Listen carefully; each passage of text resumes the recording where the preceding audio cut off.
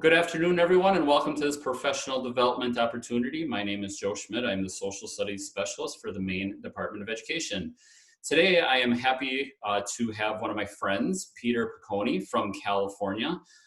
He is a member of the Civic Educator Network with me, and a nice enough friend that I was willing to share a room with him at NCSS this past year when Peter couldn't find a room.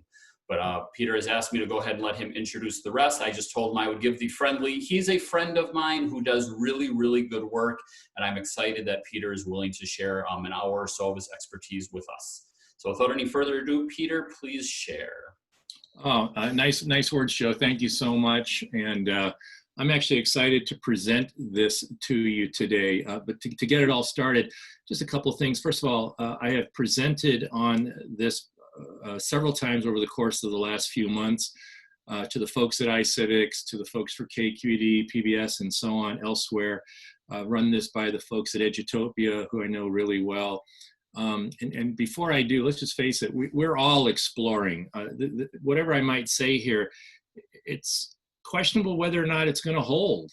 I like to tell everybody that I feel like I'm with the Lewis and Clark expedition right now, headed into this world of long distance learning, knowing and seeing right off that there are tremendous threats and dangers around every corner, and yet at the same time recognizing that there are things here that are incredibly amazing, brand new opportunities, things that we've never imagined before, fundamentally transforming things. And so as we move further into the territory, who knows what we're going to find.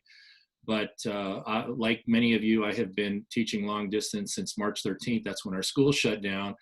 And I have been fortunate enough and am fortunate enough to have been given an assignment this summer, into my second day. I'm teaching to my high school students, 15 of them, 16 of them, the U.S. history course, long distance, and to a group of high school students located at the other end of the country, south of you guys, an AP course, or similar to an AP course, but a U.S. government course, but taught AP style.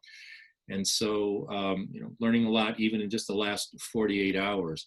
But let me just click on the second slide here. The title of this thing is obviously Work That Engages. I want to know, and I'm curious about, what is it going to take to hook students when we do long distance? My prediction is the vast majority of us are going to go back to some kind of blended learning situation where we are going to, I think online learning is now here to stay. I cannot imagine anybody fully going back full time. On the other hand, the New York Times just ran a story this morning that says we just may be looking at a vaccine by the end of the year. And if that's true, well then so much for blended learning. Everybody can't wait to get back full time. But my exploration has been into the world of full online learning, with the thought being given to that probably, certainly here in California in the fall, it'll be some part of it online, some part of it in the classroom. For me personally, my background, I'm a high school teacher. I teach here in San Marino. That's a relatively affluent community, high achieving school located just northeast of downtown Los Angeles. I've been doing it for over 30 years. I speak a lot, I present a lot, I blog a lot. I have a podcast called Titans Got Talent, which we just got started before shutdown. Our first guest was the president of AP, Trevor Packer, and was that ever a great interview? I had a number of other really high profile guests lined up, and shutdown took care of that, but who knows, maybe we can do those long distance too. Very much involved in the flipped learning community, the project-based learning community, tech and ed. I do an awful lot with that. That's my background. So to the core question of what kind of work works, I think really it isn't so much a unique answer, at least initially. I've acquired or I've what do I want to say here? I've learned 5 different things. It's been 5 lessons. And one of them draws heavily from the world of project-based learning. I've had success. I imagine many of you have had success. If we really want to engage students, if we're being deprived of the kind of, what happened there? Let me go back. If we're being, whoa, somebody just, what happened there? It looks like someone may have, There we go. Someone deleted a slide there. There we are. If we're deprived of the tools that as teachers we have and have traditionally had for years to hold students accountable, all the things we get to do in a classroom setting, if those are all of a sudden disappearing or to some extent have been minimized, it's quite possible that we're just not going to be able to engage students unless we consider some of these, or so that's the premise I'm building on. And as you can see from the slide there, work that relates to the subject matter, even if it's remotely, not talking work that reinforces a particular lesson, but work that can be translated more broadly than that.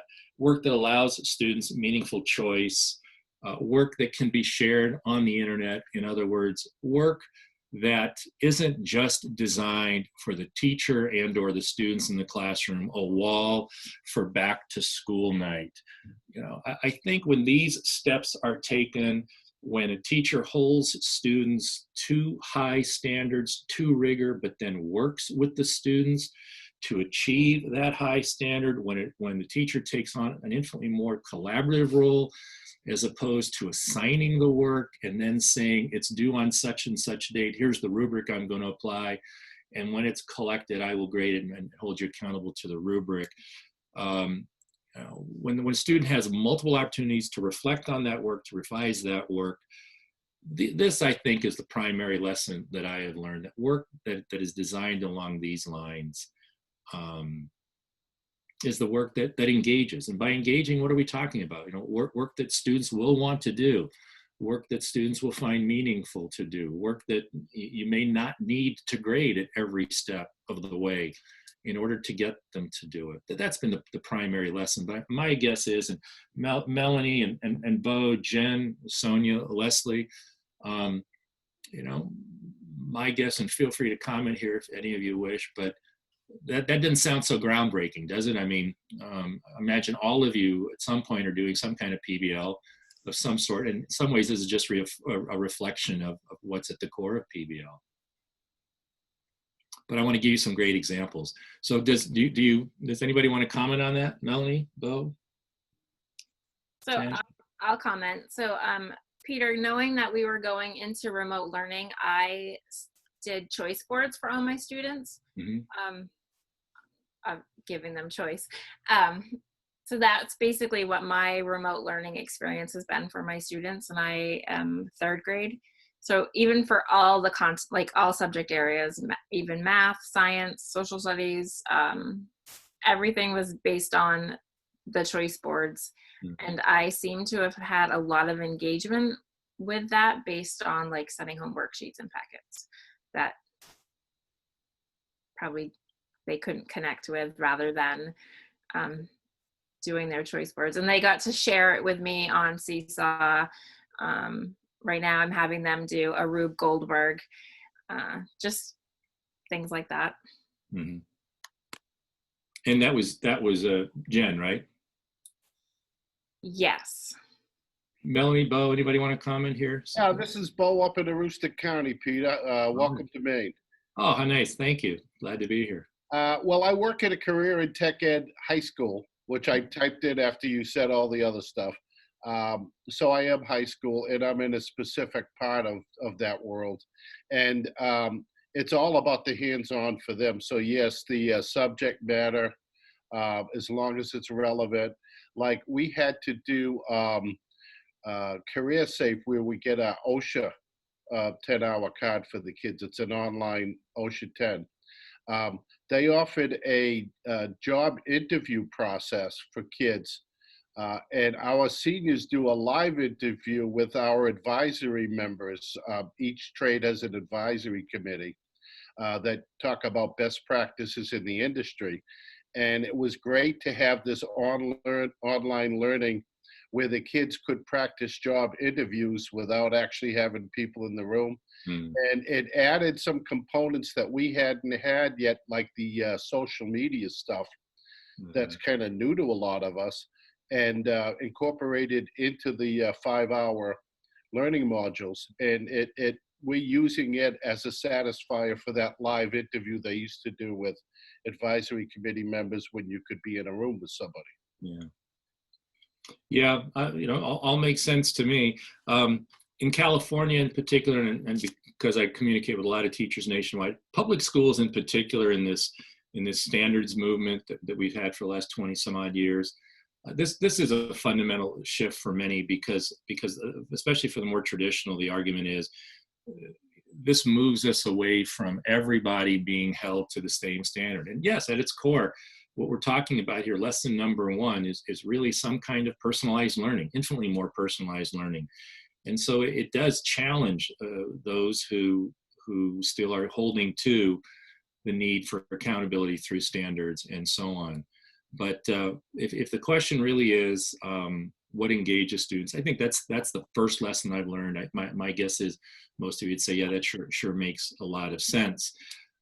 There are 4 other lessons that I've learned, and these just really within the last 2 months, the development of certain very, very powerful tools that bring about engagement. And I'm going to be showing you them after I go through lesson 1. Right now, I just want to give you the big picture.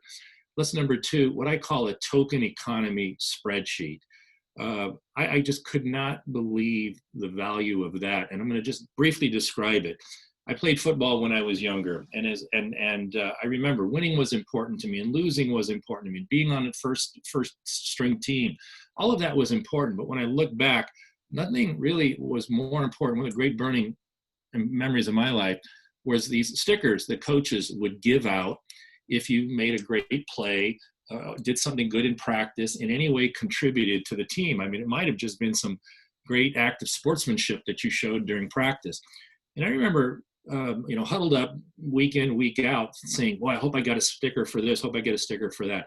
My token economy spreadsheet is just that. It's and I'll show it to you in a bit, rewarding students for having taken even slight steps in the direction of engagement, contribution, participation, good high quality work, and so on.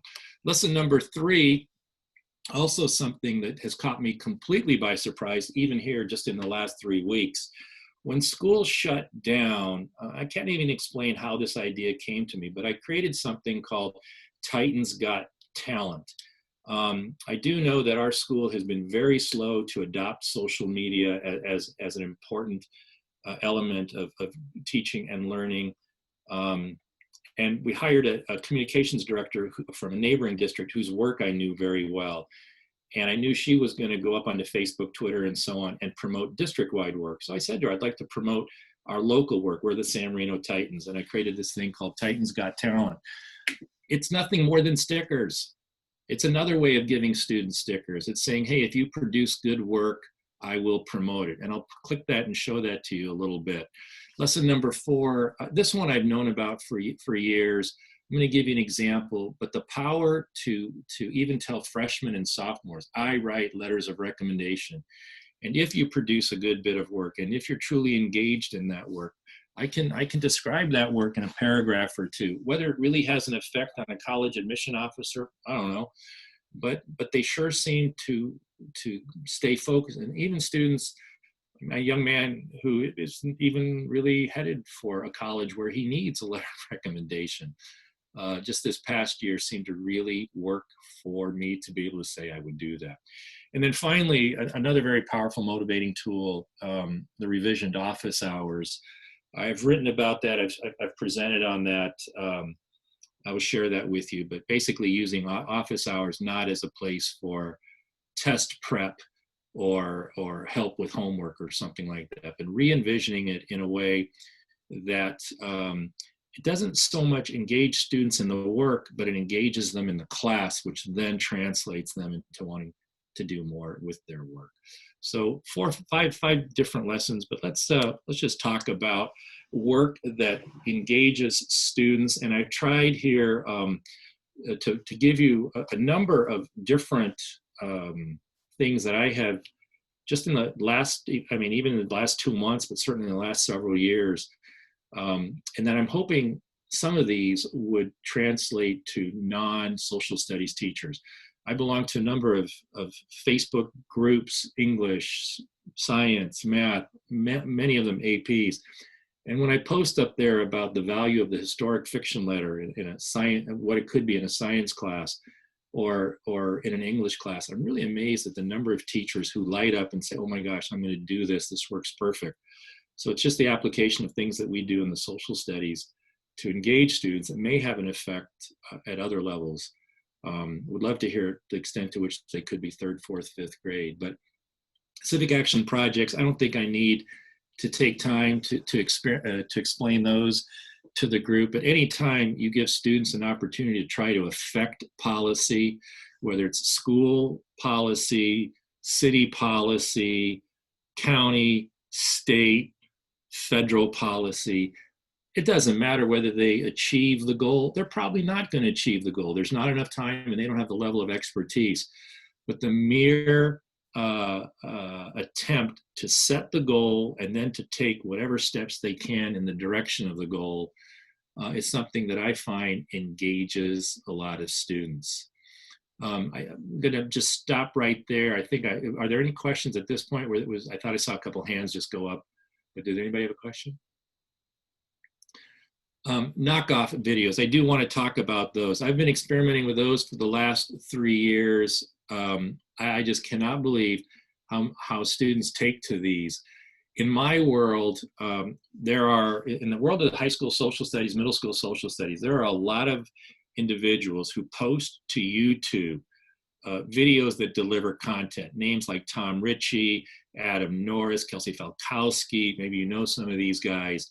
The Greens, Crash Course, John and Hank Green. And the idea of providing students with an opportunity to research, write a script, and then produce their own version of a KnockOff video is a very powerful and engaging tool. And as you go down this list, and maybe you can just, I don't think I would need to explain the textbook motivated travel blog. The travel blog concept alone, if you're going to go visit something that in any way got covered in the course, just write about it. Social studies, sure, explorations into America's past, but the historic fiction letter and the fictional diary entries, and again, I'll go give you examples and talk about those two in particular have caught me by surprise, and those are the ones that have caught the English teachers and the science teachers by surprise. A science teacher says, I teach just a little bit about the history of science. The idea is, all right, have your student go back to some major moment in history as it relates to science. Have them assume that they are living there between the ages of 18 and 25. Have them give you a little bit more detail about who they are at that period of time. What are they doing? Is it a letter they're writing? To whom are they writing the letter? Why? Is it a diary entry? Have it be at a specific moment, and then have them comment on that moment. I just lived through. Here is my thought. I am a this. I am a that. I'm a student. I'm working. To me, it's been incredible how those things hook. The other thing that's been incredible is how it gets students to research something other than just the internet. Case in point, in the U.S. government course, and I don't even teach U.S. government. Colleagues of mine do right now, at least last year. But there is a required U.S. Supreme Court case, and it's called Tinker versus Des Moines, the famous armband case, where Mary Beth Tinker, during the Vietnam War years, she and her brother, middle school, high schoolers, partly urged on by their parents, decided to wear a black armband back to school after the Christmas break and protested the Vietnam War. The school district caught wind of the plan, and over the winter break warned the kids and their parents, if you do this, we're going to suspend you. And sure enough, the kids went ahead with it. They were suspended, took their case all the way to the Supreme Court.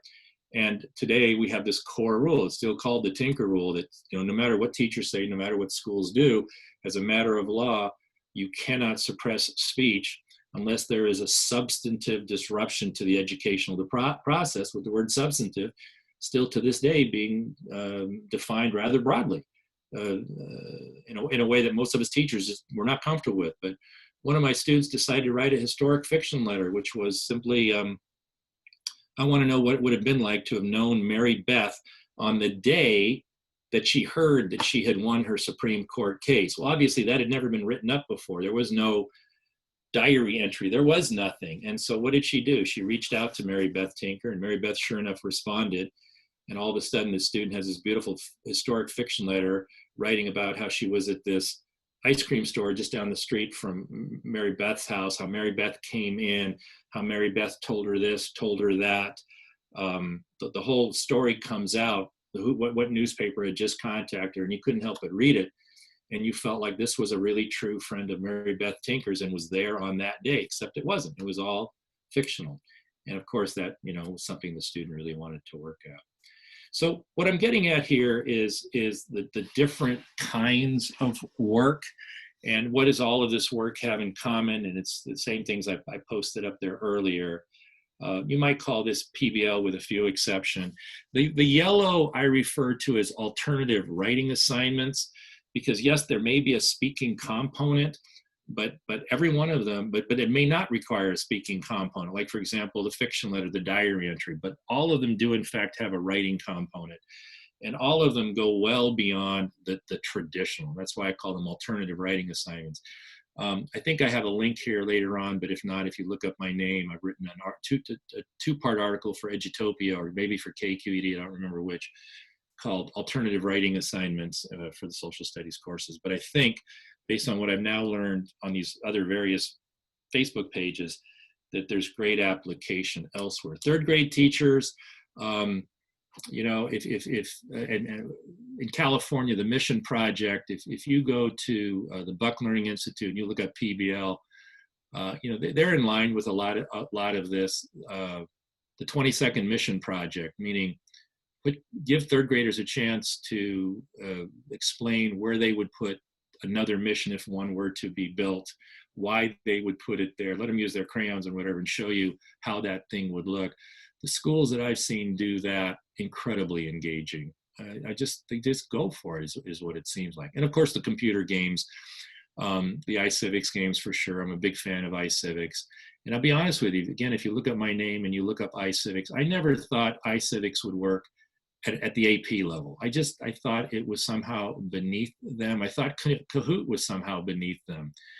And I have a good colleague who always challenges me to look into things a little bit further.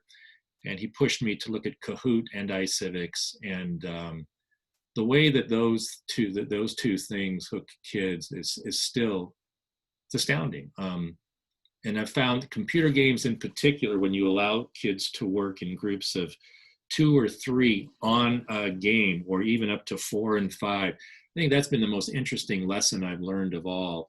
The amount of learning that takes place if you allow that to happen, and you know that just by listening to how they interact with each other. They'll take it into the hallway. They will take it into the hallway. And it's not just my kids. So FYI, a lot of what I do, I put before. I have a team of teachers nationwide. They teach at all different kinds of levels, all different kinds of schools. And so when I make presentations like this, I always run what I'm about to say past my team. And I say, look, would this work for your population?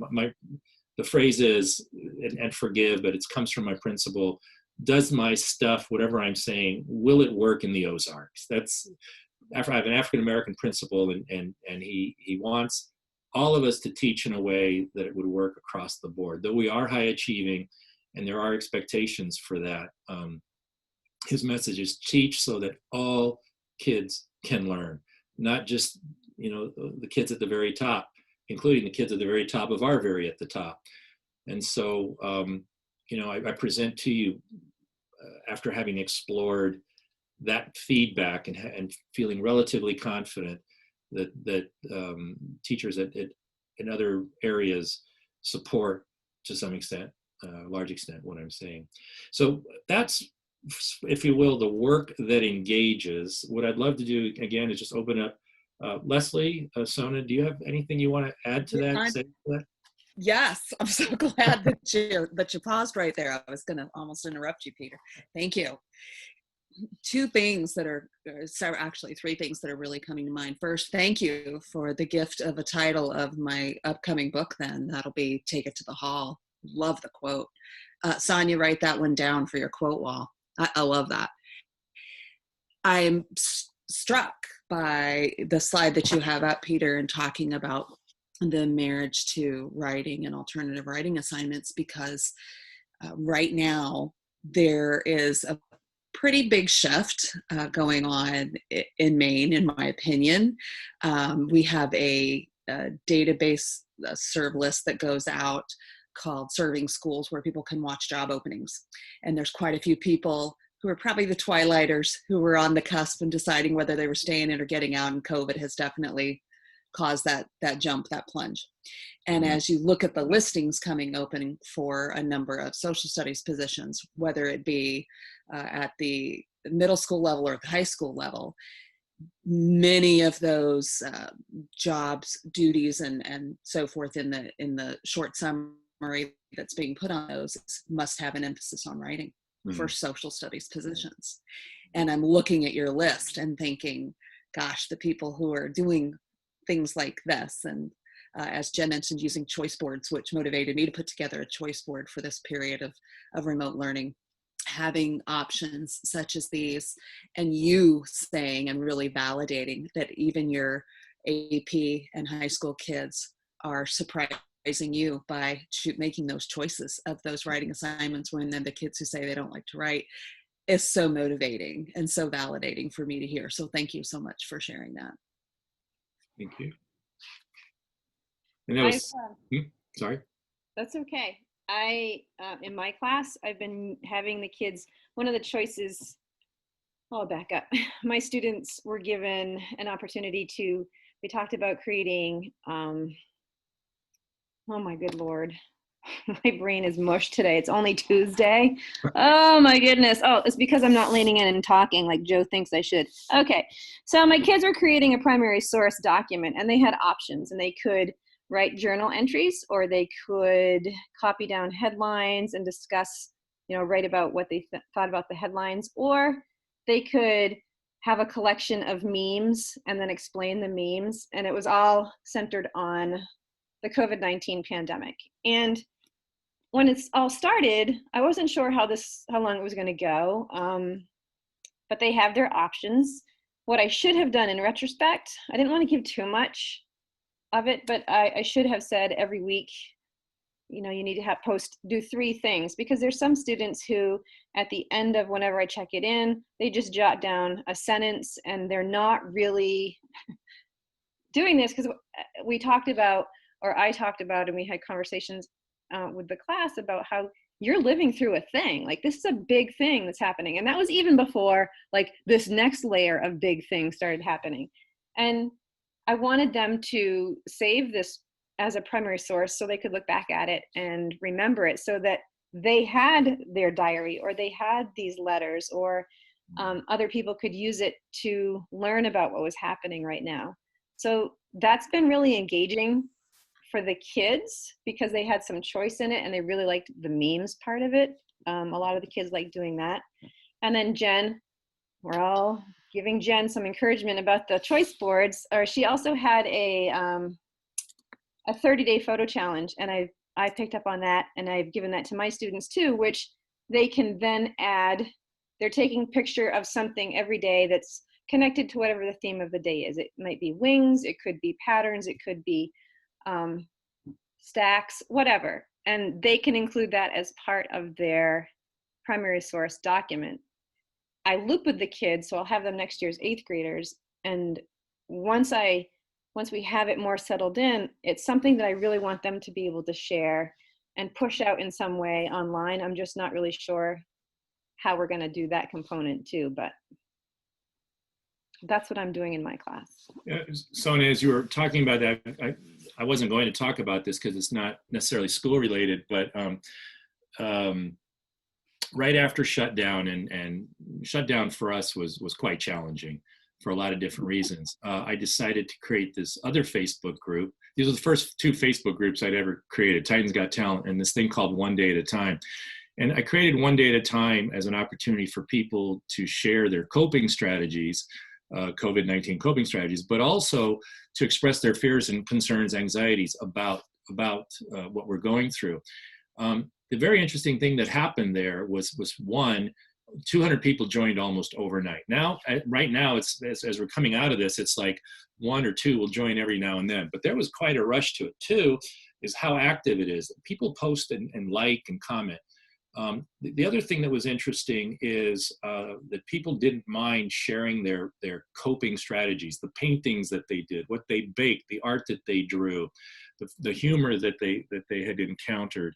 And it made me realize that that would have been a great opportunity, not maybe in an AP course, but I don't know, some other course, just have students, when we want them to comment on and write and research and show their research, and at least in a local sense, what locally either are you or are others around you doing as a coping strategy? I have learned some really great things about what people in other towns are doing to cope, and then those things got featured on One Day at a Time, and from that I learned a lot. But I think that would have been a really great way to engage kids in commenting about what they're experiencing, their coping strategies, and or the coping strategy of their parents or their neighbors, their brothers, or anything they've read online, seen online. How are people dealing with this positive, uplifting, spirit building? And that's something that we meet with the kids early on. I wanted to meet with the kids on sort of a schedule. So we meet with them Monday, Wednesday, Friday at 9 o'clock. And then we have half-hour blocks throughout like Monday is a block A. So it's just short amounts of time for the curriculum. But for those the 1 hour meetings from 9 to 10, I ask questions like that. And they put them in the Zoom box, they put them in the chat box, and we talk about it. And then I copy it and I save it in a Zoom collection. Of course, I write that down, Leslie. So I save what we talk about it. I try to do something fun and light, but I want to know, like, who's one person you checked in on this week? Or what's your go-to COVID snack right now? Or what's your quarantine snack that you cannot pass by as you're walking into the kitchen just to grab a snack? So Peter, are you open to hearing from a teacher that wasn't listed? Yeah, of course. I'm just teasing you. You got to have some humor in this, right? Absolutely. So thank you so much, Sonia, for what you're talking about. I actually did an archives project on COVID-19 and quarantine and self-isolation. And the kids are turning it into slideshows, and they are going to be housed in our public library. Oh. So the idea of a primary document is something that I work really hard on, because I've had students actually tell me during this time that they thought, I can't generate an archive. I'm just me. And what I've tried to do is humanize history, because it really is the human story. And some of the things they have told me, so I had things they had to include, things that brought them comfort. They were very, very broad categories. And then I staged it and had incremental target points or deadlines, if you want to call it that. And we have been developing this together. And what one of my students told me just today in a reflection piece was that he didn't realize how happy a kid he is until he started looking at the things that he chooses to do with his time. And, it was just this very heartwarming. I can't even begin to tell all of you what these young people have for potential. I don't think I have to tell you, I think you already know that, but to give them the venue to express it, I think is really our vocation here. And I really appreciate these. And I've done also a journal, Westward Expansion. I had kids ripping their grandmother's leather purses apart to make a journal. And we also went back old school and they learned cursive. Wow. That's cool. Because I want them to be able to read, the founding documents, but also, they didn't understand that print was a way to look at someone's educational level. People who were taught script were the gentry. And so they learned that they could do it. And it was important, and that now they know this is going to be in the library for someone their age, maybe someday, who, like, whatever, you guys were home for a while. That sounds really cool. So I think when we can make this alive and human, boy, there's no stopping them. The sky is the limit. And the Kahoots, I can't even begin to tell you. They love those. Thank you. If I'd have known that, I would have worn my Kahoot sweater. I've blogged about Kahoot many times now, and I love those guys. And they sent me the most amazing Christmas sweater. It would have been a fun way to start off today, but it's a little too warm in California to wear a sweater like that right now. Hey, if I could back up here. So listening to you, I realized I may add something to this lesson one. An important thing here, multiple skills demonstrating.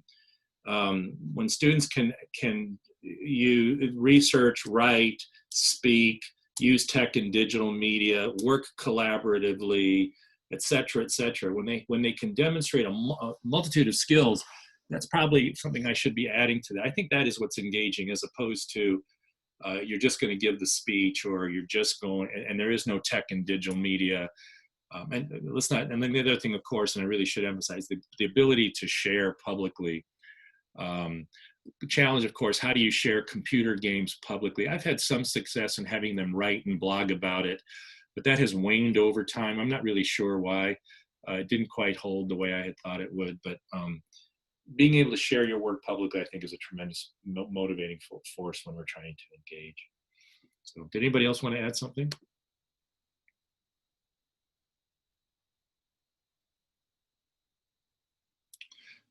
So I'm just going to go through a couple of these projects. I've provided you with a number of links. I'm teaching summer school, and so at 10:10, I got a sub today, so I could do this. It all works out. We all cover for each other. But you can feel free, civic action projects, the letter, emails, videograms, anything like that at all, public service announcements, infographics. I believe what I have up here I'm pretty sure I have up here examples of my students' work over the years. There's lots of different ways, of course, to do that. Editorial blog posts, social media hashtag campaigns. I wrote an article, I'm a big fan of what Constitutional Rights Foundation called the Civic Action Project. And I wrote an article entitled 50 Activities for Students Wanting to Engage. It's been pretty well read over the years. Just even when I invite my students, when I do teach Gov like I did a year ago, I start off with that just because it starts to give you ideas. That's all. It just gives ideas. A friend of mine wrote a nice article, Civic Action Projects for the Science Class, on a website that I used to manage for KQED called In the Classroom. If you have not checked out In the Classroom and you are looking to integrate tech and digital media, I wish I could tell you that we were able to get more elementary school articles in there. We did get a few. I worked real hard to get them in. But obviously, when you're talking tech and digital media, not obviously, but for whatever reason, it seemed like it was the middle and the high school teachers that wanted to describe that work the most. But if you look up KQED In the Classroom articles, even if you look up my name, you'll get right to that. We ran it for, I think, 2.5, 3 years, and we just ran out of funding this year. And then another article I wrote here, the Youth Media Challenge captures stepping up stories. But, you know, there's just also examples of how other kids have done their civic action projects. I'm a big fan of those. I think they're greatly creative. As far as the knockoff videos, Crash Course, Course Hero. If you have not yet seen Sound Smart, if you've never seen a Sound Smart, please click on that. Yes, his name is Hikuru Williams. He does it for social studies along with his partner for the History Channel. But they could be done for any class. How to sound smart as far as a biology topic. They're not too complicated to do the knockoff. They require research. They require the writing. They require the public speaking skill. Again, I cannot emphasize enough. Course Hero is a little bit more complicated to produce, but it sounds smart, and the kids like it if they're okay putting their face on the video. If they're not okay putting their face on the video, if they just want to have their voice, the model there is Adam Norris. Adam is a friend of mine. He does great work for AP classes. I'm not putting him there because there are AP teachers in the group. I'm putting him there because it's a model for what I think middle school, high school students could do. And I'd be curious, with help, support, assistance at a simpler level, whether elementary school students could do it's a slideshow with a voiceover. That's all it really is. And Adam has his own little distinct way of doing it. If you've got really outgoing kids who have personality, style, you know, that presence in front of a camera, my friend Tom Ritchie, you know, he knocks it out of the park. Yes, his videos are a little bit too long for me. I try to get him to cut back. I think they're over 10 minutes. I think 3 to 4 is the ideal. but Tom's a winner. If you really want to get complicated and you want to give your students something that will open doors to college admissions and so on, have them produce a TED Ed lesson. I've experimented with those for years. I've produced 2 TED Ed lessons. When you work with TED to produce these, they can cost anywhere upwards of $35,000, $25,000. I think my last one was a $75,000 bill because of the animation. But students can produce a TED Ed lesson. It's basically a slideshow with a voiceover. Take a look. It's just astounding. I just had a student on Titans Got Talent. If you go up there, they produced one. You know, they love to shoot for that, the KnockOff video. Whiteboard animation. Never in a million years did I have whiteboard animation on this list until last year. I'm pretty certain if you click on that, you will find a work some of my students did last year or the year before on bringing the story of a famous steamboat disaster to life on a whiteboard. And I was really amazed at how, and again, you know, maybe for some students, some schools, this work looks too complicated. But you have to remember the kind of students that I do work with. But again, the teachers that I have on my team say, no, go ahead and do it because we've done it as well. In fact, there's an article up online by a psych teacher who teaches at a completely different school than I teach at. And she wrote an article entitled, talking about how she did the TED Ed lesson in her psych class and how it worked. I don't have my kids do TED Talks, but TED has a program up there, and it's amazing how kids seem to take to it. So any kind of KnockOff, I think, is incredibly engaging for students. Have any of you ever attempted or experienced giving your students an opportunity to experience anything like this before? Any kind of KnockOff? For me, the beauty of the KnockOff is if they want to go off on their own, they're always inventing the wheel for the first time. And I find they spend endless hours wondering just about what color something should look. They bog down in areas where they shouldn't be bogging down. I want them to end up with a production. And so I really discourage as much as possible, you know, the Louisiana, the Lewis and Clark pioneer type mentality. I want them to go where others have gone because I want to see in advance what they're shooting for so I can say, yes, this will work. So many times the kids will challenge me, no, I want to be the pioneer. And I'll tell you 80–90% of the time when they go off on their own, it's just a disappointment. It isn't praiseworthy. They just bogged down somewhere, got lost, and as a result, they didn't end up with a product that I think engaged or achieved the kind of level of success that we're looking for. Honestly, I don't have students do podcasts. I've experimented, but nothing great success. I do podcasts, Titan Talk. NPR, I hear, has a fabulous student-produced podcast challenge. I'm not familiar with it, but I've been told, and that's why it's on the list here. And these articles that I've linked for you here also, these are not ones that I've written, but I looked at and I thought they were well worth. I would love to explore the student-produced podcast concept. I've just not gone down that path. So I would encourage you. I've had my kids do StoryCorps. Oh, I forgot about that. And I had them, and if you've done that, you know that they have a fabulous setup for them, questions to choose. I had them do it around Thanksgiving. They're not 14 this year, so I couldn't share them on the StoryCorps website, but just to have that connection. I've had past students who are now in their 20s. One student emailed me and said, thank you so much. This was back when they recorded it on a CD or a DVD, and said, thank you so much. At my grandmother's funeral, we were able to play this recording when I interviewed my grandmother, and the family loved it. And I mean, just for that one student to get back to me made the whole activity worth it. 4 years ago, I taught world history and experimented. I learned about StoryCorps. I experimented with it. So, and I agree with you, hugely engaging, beautiful bits of work came out. And let's face it, you know, when we talk like this, we're not winning over every student in every class. We all know that, right? We're not talking, there's no magic bullet. There's not 100% engagement. There are kids that no matter what you put before them, they're just not going to reach them. I mean, it just is. But but what's amazing is a little bit with StoryCorps, how many that were reached and the kind of work they did produce. I haven't used it since. I'm a big fan of StoryCorps. They just came out with something for Teacher Appreciation Week, and they encouraged students to interview their teachers, and they had questions that you could ask and so on.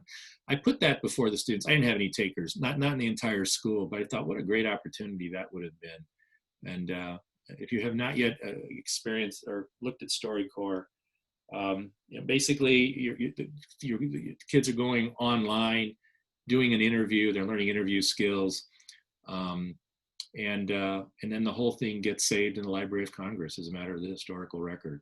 And what a great time to record interviews right now. Yeah. Great time. Yeah. And StoryCorps provides support and assistance in the way of questions, logical questions to ask in what kind of an order to make for a good interview. So it's a very cool thing. Thank you for that. So I'm going to add that to it. That's a great suggestion. Here are my alternative writing assignments. I've already, kind of gone through this with you a little bit.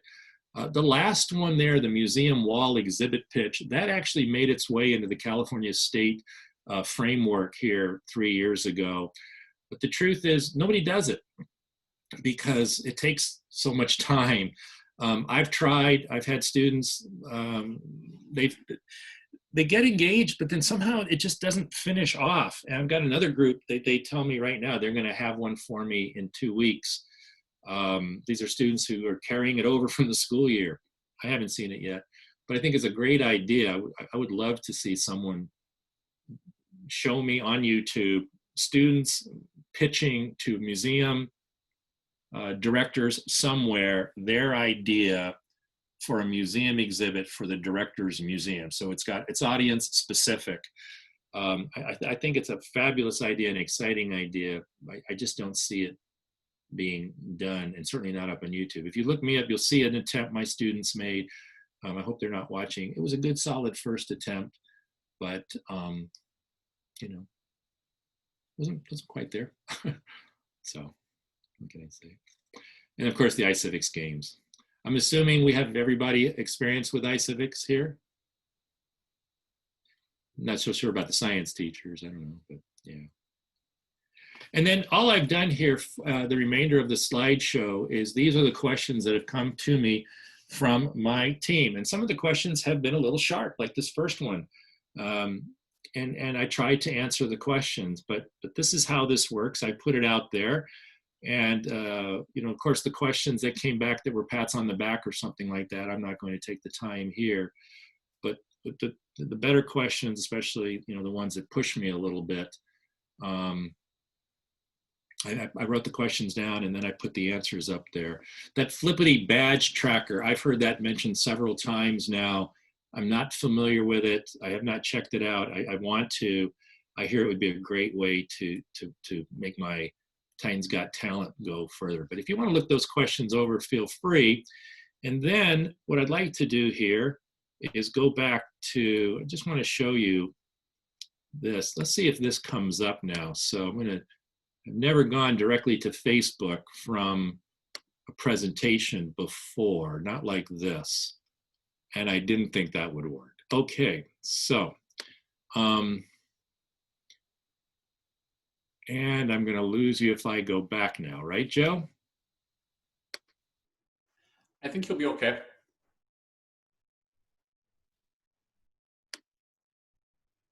Wait, you're still there, right? Yep.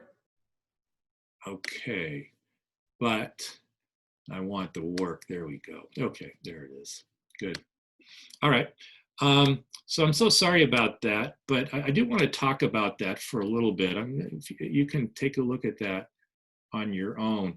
What I have done there, and I'm inviting you as well here. So here's how this works. Titan Got Talent. I had originally wanted everybody to feel free to post on their own. Instead, what has happened is students will write me and ask me, is this good enough for Titans Got Talent? Will you post? So the advantage of that has been that I've been able to put a little introduction in there. I have a little caption heading, a little title, if you will, and then I describe the work and give some background.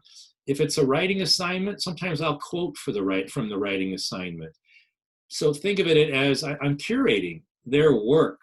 And I hadn't intended it to go that route, but in curating the work, I see it having an even greater motivational force than if they were to just to post it up there, because they want, it seems, someone to curate it and in the process to add significance, weight, and praise to what they've produced. The other interesting thing about Titans Got Talent is the effect that there has been when I declare the work of other students at other schools, honorary Titans. This completely caught me by surprise.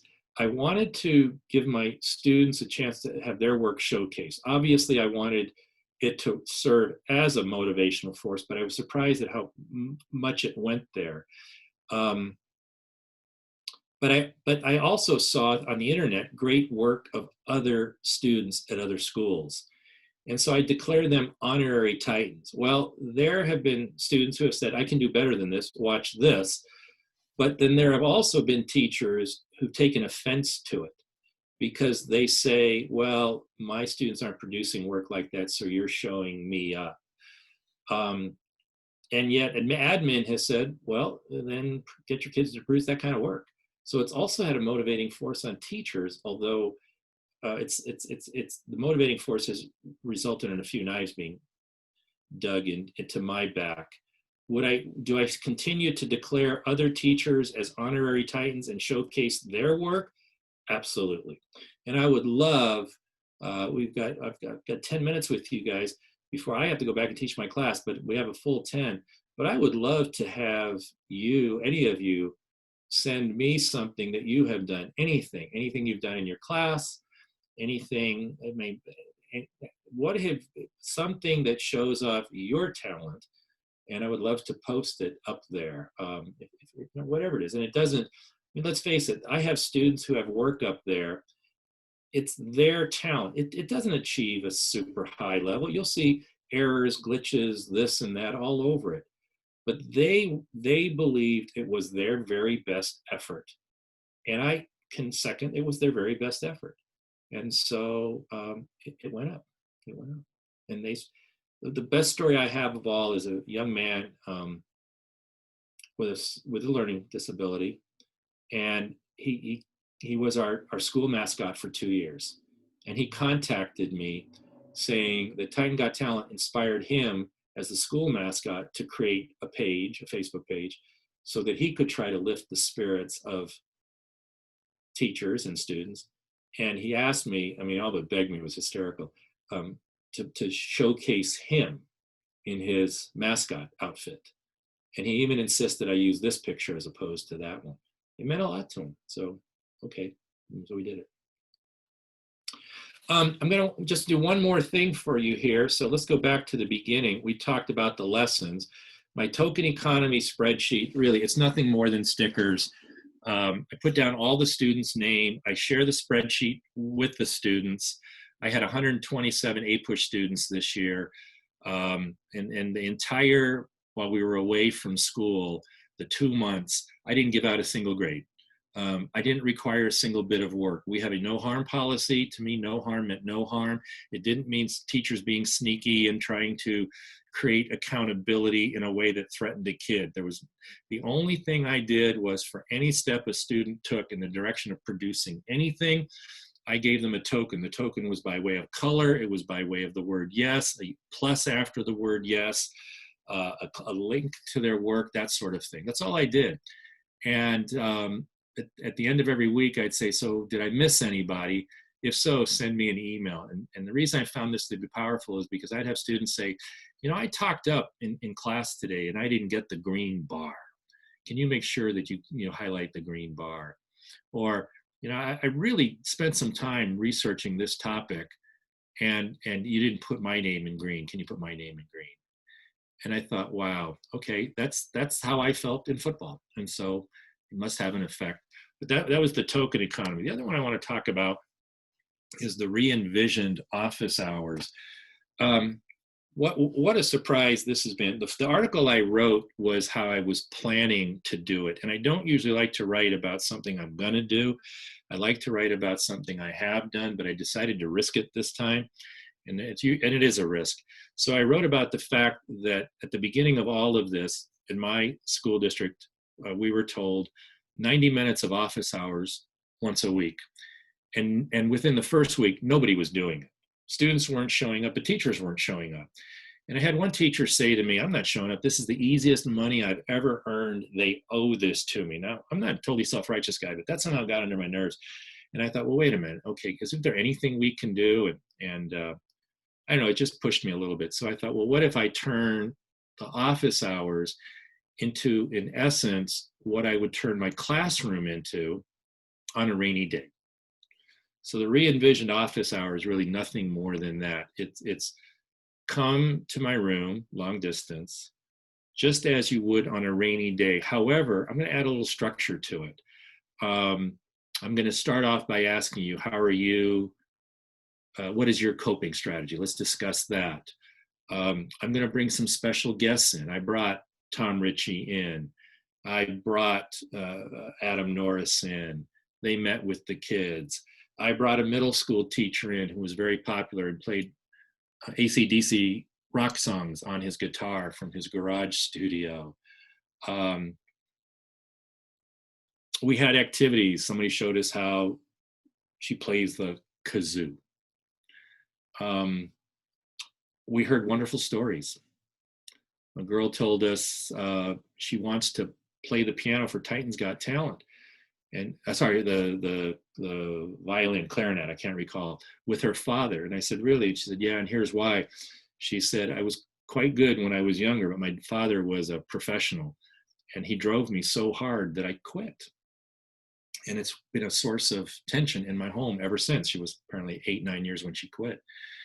And she said, but shutdown allowed her to get to know her dad all over again. And during shutdown, they were playing together and it was bringing her joy and dad joy. And so those were stories that just came out. This re-envisioned office hour for me personally turned out to be a very positive experience. I have 127, to be honest with you, it was anywhere from 20 to 30 kids that showed up. It wasn't 127.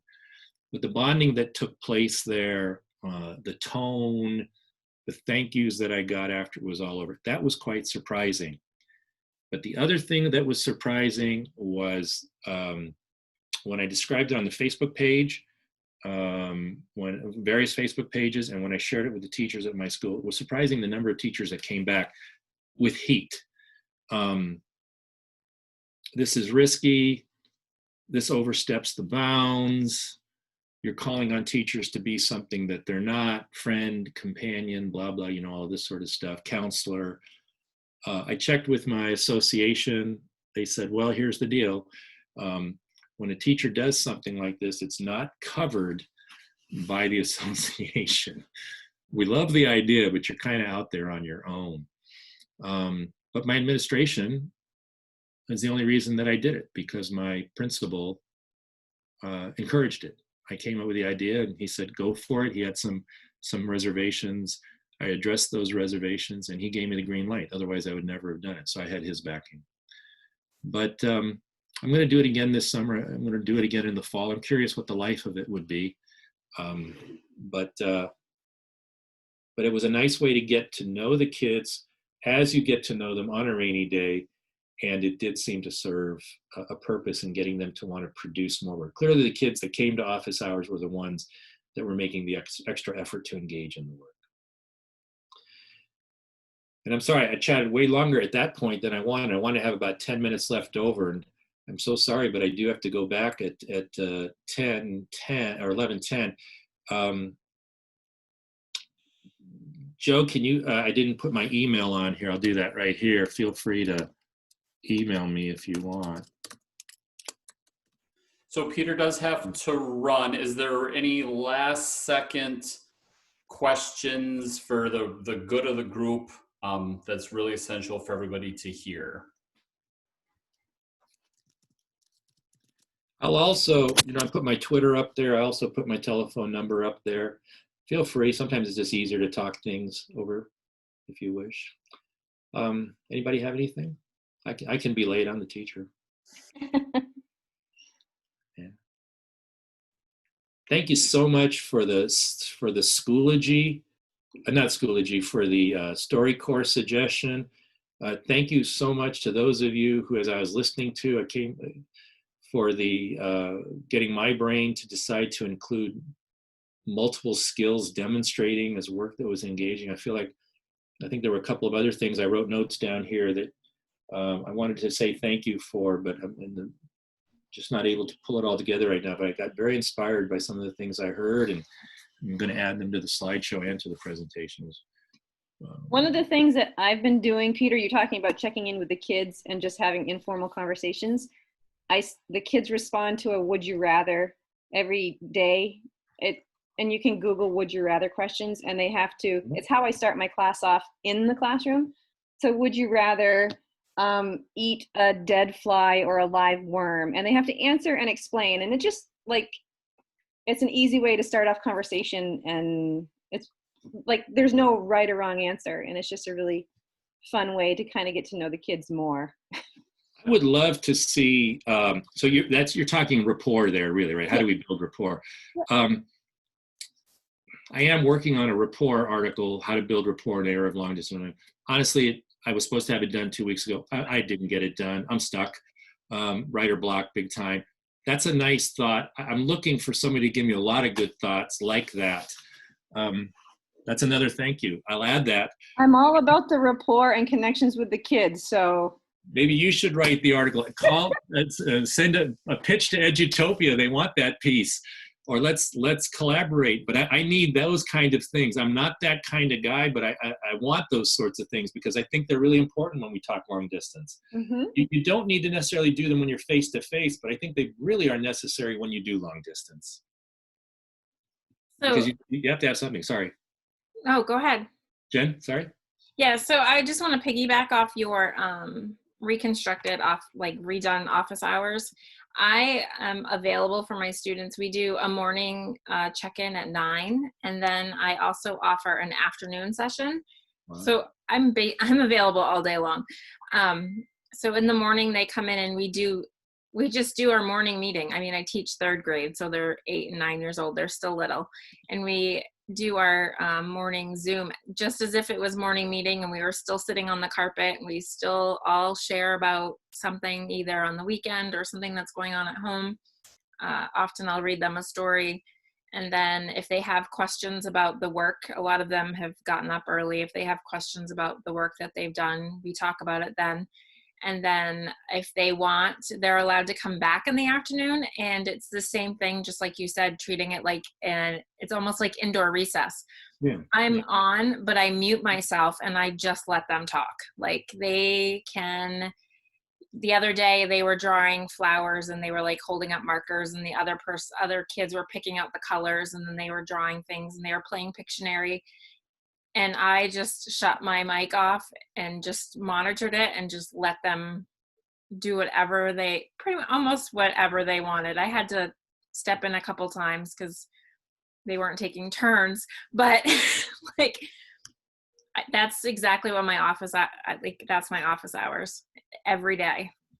Indoor recess, that's cool. I like that. I'm going to tack rainy day or like indoor recess. See, I'm learning a lot from you guys today. The first day, that's exactly what it felt like. I was so frustrated. I was like, how am I going to do this? It was just like indoor recess, because you hear like the conversations and this person isn't getting along. I'm like, okay, we've got to structure this just a little bit, but I don't even have to do that now. They work so well together that they just manage it.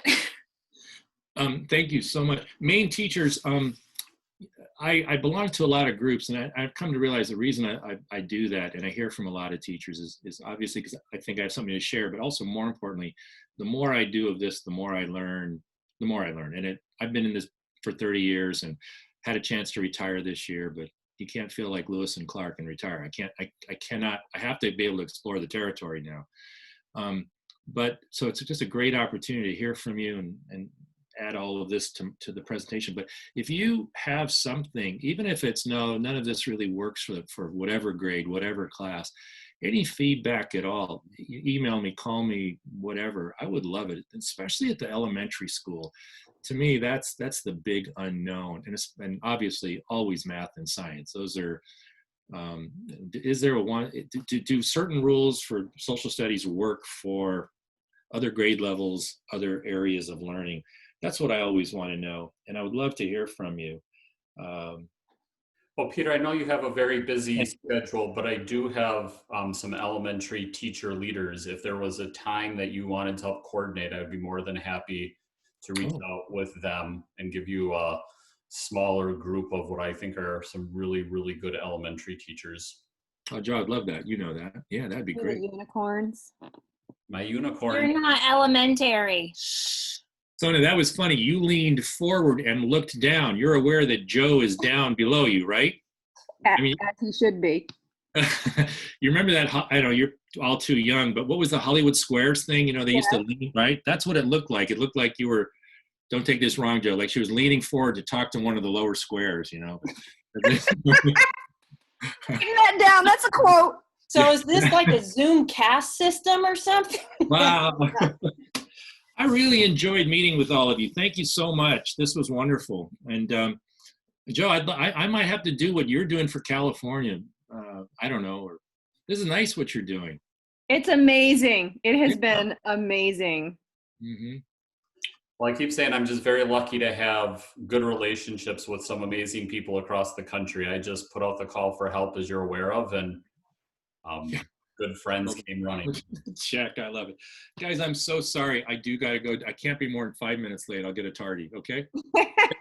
Good luck. Thank you, Peter.